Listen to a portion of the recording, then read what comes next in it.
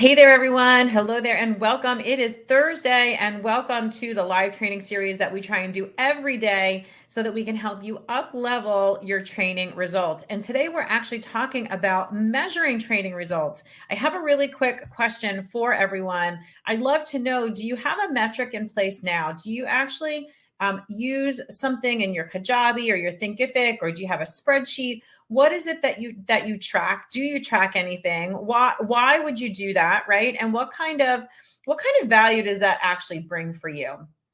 And there's a specific reason that I'm asking that question today. I'm just trying to get my PowerPoint up here and rolling, is because we want to talk about what actually creates, what actually creates success or results in your training program. Well, how would you even know if you're not even tracking the level to which people are completing? So go ahead, drop in the chat for me right now. Do you know your success rate? Do you know your completion rate? And if you're not actually doing those yet, don't worry. We're going to make this conversation today about what you should be tracking and why. And then I'm going to help you with some very simple, a very simple concept that we've developed inside our Disruptive Spark training formula that will help you to get really good at understanding where you're missing the opportunities to push that level forward so that you can have more consistent results. So hello, and let me say just a quick hello and introduce myself. If we have not had a chance to meet yet, hello, I am Susan Gaddy. I am a long-term training strategist. I serve as a fractional CFO in many corporations. But I'm also an online entrepreneur. I've owned my own business in the online entrepreneur world for over 15 years, and that has grown and grown and grown over the years. So I love to say I am not just a training person, but I'm also a business person.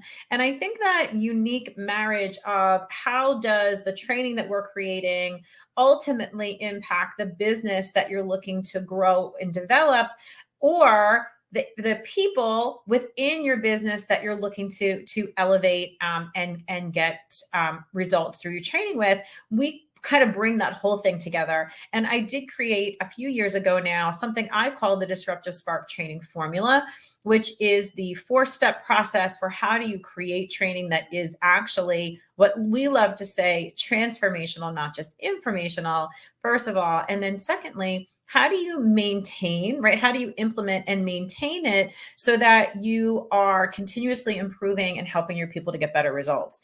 So on Thursdays, I love to just sort of pull up some big nuggets around massive themes that are showing up in all of the different places that we serve and help people out with this Disruptive Spark training formula.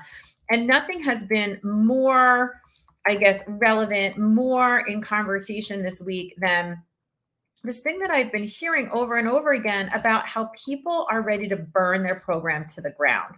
I don't know if any of you have experienced that yet. There's this phenomenon that happens as you get really good at sales and marketing of your program, right? Because if you're going to have a training program, you have to be able to market and sell it. It's kind of the first skill that you have to learn. And when you get really good at that, your program grows exponentially. The problem is we have sort of business owners and marketing experts teaching training strategy, and we actually don't really know all of the levers that go into helping people to complete a training program and actually get results. So it's not uncommon that as your program grows, this is usually a growth issue, that you start to see some of the most common issues. I'm going to put what some of these common issues are. I'm going to say them. I would love for you to say whether this is something that you've experienced. One, all of a sudden, like, where does everybody go? Right? They bought the program, they're working on the program. Next thing you know, they're not showing up to sessions. They're not showing up to the group. We don't see them active in the community. Sort of all kinds of things can happen in there. The other thing that we hear all the time is that the program itself starts to feel very cumbersome. And this is the section, right? So cumbersome, what does that mean? It means that, I have this like same program I am getting results. I know it works, but I'm not getting consistent results. I have, people over here that are knocking it out of the park, and I have people all the way over here that are screaming for their money back, and everything in between. And I think what I hear kind of most from people in these situations is that they don't even really understand the levers that are in play and that make that difference. So it's one of the reasons that we say, forgive me, I'm just trying to get to a little piece of content that I want to show you. I think I finally got myself there. It's one of the reasons that we say, this is why you need a training strategist, because there is theory. Oh, great. And we do have some. Hey, Anne-Marie, it's so good to see you. Yeah, you have completion data rate as well. And yes, it's right into sales data. Awesome. I love it. So let me show you how having that information and then implementing what we know to be true about human performance can really help you to skyrocket those results. I want to show you something. I'm going to pull myself out of the stream and make this, actually, I'm going to make this nice and big and pull myself out. It's this concept of the willingness curve. This is within, hey, good afternoon. Welcome, welcome. We're just getting into something that we've just been playing around with. I would love your feedback on this graphic. We're trying to stay away from people these days. It's really complicated. Anyone in training, it's really complicated to represent the level of diversity you want to represent. So for smaller things like this, we've opted to forego people at all and just sort of get into the monster. So give me thumbs up, thumbs down. Do you like the concept itself? I love just a little feedback on that. But this is actually what's happening when someone starts your training program, right? This is you over here. Hopefully you can see my pointer. And in the pool is the result that you want people to get, right? The completion of the program, the result that we want them to achieve. And then there's this whole curve. This is supposed to look like a bell curve. You can tell me whether you think it looks like a bell curve or not, of where people are as far as how willing are they to jump into the pool with you, right? So you're the program owner. This is you over here. The pool is amazing. You're going to love it. Here's everything you need. You can get into the pool. And what we need to be able to evaluate with relative ease and quickness is, where are people on this curve? If you're interested in a little bit of information about where the curve came from, take a look at the innovation of diffusion and also take a look at the tipping point by Malcolm Gladwell. Both of these research studies really went into creating this, because in a given population of people, you have people at every range of the spectrum. So you have people that really just needed some quick clarity and some information, maybe a little encouragement from you, and they jumped right in the pool. And so they're over here with the wild success. These are the people you see having wild success, because whatever you were teaching was just close enough for them that they could grasp it. Everybody over here is a little bit more further from being at this breakthrough point, right? We call this the breakthrough point, where we get people in the pool. And if you look, we kind of added this little graphic because there's always anybody on this side. They have to take, and let me just bring myself in here because I want to really be clear about this. Anyone on this side of the graphic, they have to take an uncomfortable, unfamiliar, sometimes awkward action. And we know as adults, as human beings, this is about the least, this is about the least thing we ever want to be or do. And if you follow Amy Williamson at all, she talks a lot about, and you're hearing a lot about it more and more and more, and I'm so happy that you are, this concept of psychological safety. If it's not safe for me to make this last little leap, I won't. So I can go through your whole training program. I can learn all of your information. I can show up to every single class. But if I am unwilling or unable, right? That's why this is the willingness curve, to take that uncomfortable action with consistency, I won't ever get in the pool. So I hope that this adds some immediate clarity around, why do some people get results relatively easy? And for some others, they're saying the program is awful. And then there's these people here in the middle of the road that are just sort of the class is good, but I'm not really getting, I don't really see, right? It's because they're either, we're almost in the pool already and they just needed, right, those little nuggets from you, which they got from your training, and they were in the pool. Everybody else over here is at a different level of willingness. Now, I can't really do this justice in this amount of time, but I do want to show you how this equates in just this next slide. So this is the willingness slide that we have actually cultivated, and that we use this in our practice to help train advisors to get really good at helping people to get over that slide of courage and into the pool consistently. This is the key right here. Understanding this willingness curve, being able to identify where people are on the willingness curve is what gets them into the pool. That's where you start getting consistent rates. Earlier, I asked about, well, let's just look at the willingness curve. So if you think back to our monsters, this is like you, right? You're like already here, you're in the pool.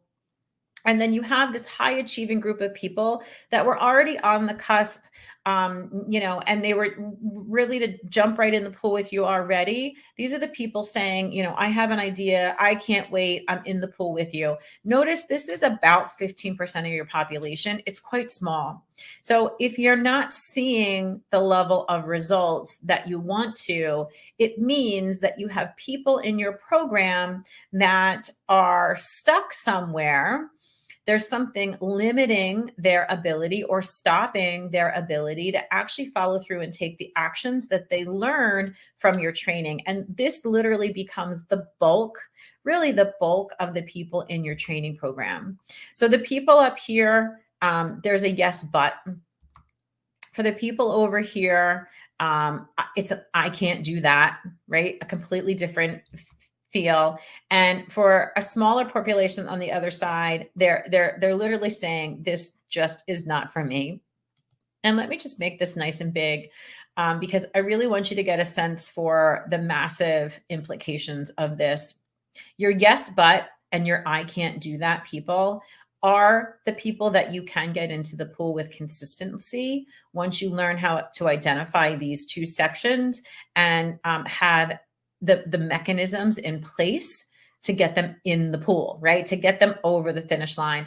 These are the two easiest to identify. They're also the two easiest to convert. Not even going to talk about not for me today, because that's a completely different level and requires some advanced knowledge and skill. But if you just look at these numbers, right? If you, and Anne-Marie, hopefully you're catching the back end of this. If you want to increase those completions, right? Get more sales, whatever it is you want your training to do, how do you capture the people saying, well, I would do that, but, and how do you capture the people that are like in their mind saying, I don't think I can do that? And the best way I can delineate these two is I would do that, but just means I need a little extra information, maybe some clarity, and a little opportunity to practice in a safe environment. This is where things like role plays, simulations, group projects, things like that, as you incorporate these, into your training program, this relieves a lot of the yes, but, because this is sort of like a skill-based, right? Well, I would, but I don't know. I tried it once. It didn't go so well. Maybe I will try it again, right? If we can just get these people in a little bit more consistent action, they'll be in the pool with you. Over here is generally some sort of belief system within them that's making them believe it's not possible. I can't do that. And I can only give you, I love to give this example because I actually really hate social media. It's a big part of my life. I find it really emotionally draining, and it's a necessary part of what I do in order to connect with people. But I find it really emotionally draining, and so I try and do it sparingly. And I do it in the way that's most comfortable for me, which is not the singing and the dancing and a lot of the things that we're seeing on TikTok and Instagram and stuff like that. But what's interesting, so when you think about what I just said, right? If I were to place over here, I can't do that, is what I'm saying. It's not that I just don't understand a couple of details. I actually fundamentally have a really hard time thinking that I could do something like that.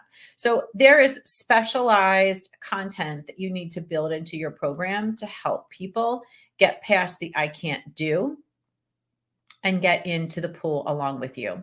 So, in this short amount of time, I am really hoping that this sort of, at least for the very least, and this is kind of how I look at it, it gave you a sense for why are some people knocking it out of the park, right? Why do I have like this middle of the road group of people that seem to be interested, but don't really seem to be getting results? How could I give them even more?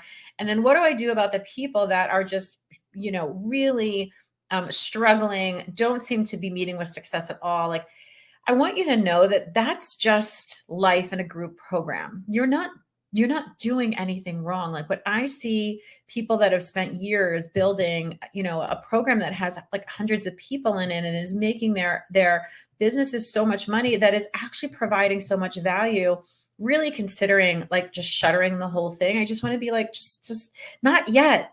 Like, not yet. It's actually really predictable. It's absolutely solvable. And there's just a few more things that you need to understand and a couple of things that you need to put in place. So let's just run through this one more time. Feel free to, continue to drop any questions in the chat, because it really is so powerful. Just even being able to understand that, remember, this is you right here. You're in the pool. Your advisory team, your implementation team, whatever you call your people, you're in the pool, and your job is to get as many people in the pool with you as possible. These folks, you don't have to work very hard to get in the pool. They were already with you from the start. They're good. We want them in the pool, and we want them talking about their success, because they give these people a lot of inspiration. But really, for right now, be thinking about, what's the but? What do I need to give them? What's that little extra that if I remove a clarity obstacle, if I give them a chance to practice, if I let them verbalize that they're nervous about trying something and coach them through it, can I put them in a collaborative environment where we role play or safely discuss the issues that have been problems for us? We can be converting these super quick. Like, you will immediately start changing your numbers. This group too, they'll love you for life too. If you can remove that can't for them, because they want you to, by the way, they really want you to. If you can remove that can't for them, you'll see your numbers. This group of population should really be putting you at a square 85%. That's really what we're looking to see people do, be squarely at that 85%. This guy over here, this gal over here, we don't really have time to talk about this one today. We'll save this for another day. But this one over here is really like, you get that one into the pool, they'll love you forever. They will love you forever. They will be your biggest champion and supporter. And honestly, we get the most gratitude and praise from this group of people over here. So don't give up on them, because they're really special. They're really special people. They hold a lot of power, and they're really good people to get in the pool as well. So let me know, am I adding value? Is this helping you out? Please remember, this is what we do for a living. Yes, I am a entrepreneur. I do know how to market and sell, but my expertise is truly, how do we help you to create training programs, design them, first of all, so that what you're measuring has impact and value, that it actually will change a metric in your business. That's the first and foremost part of this. But then secondly, how do we help you to get even more impact and value by getting more people through the process and into the pool? So I can help you in any way. Please don't hesitate to reach out. I love to hear about what you're working on, whether it's working well for you or not. And wherever we are connected, whether it's in the Training That Transforms Facebook group, LinkedIn, on the Facebook Facebook, on the Facebook, my business channel, please consider inviting a friend to join us. The more, the merrier. And I wish you all an amazing rest of your week.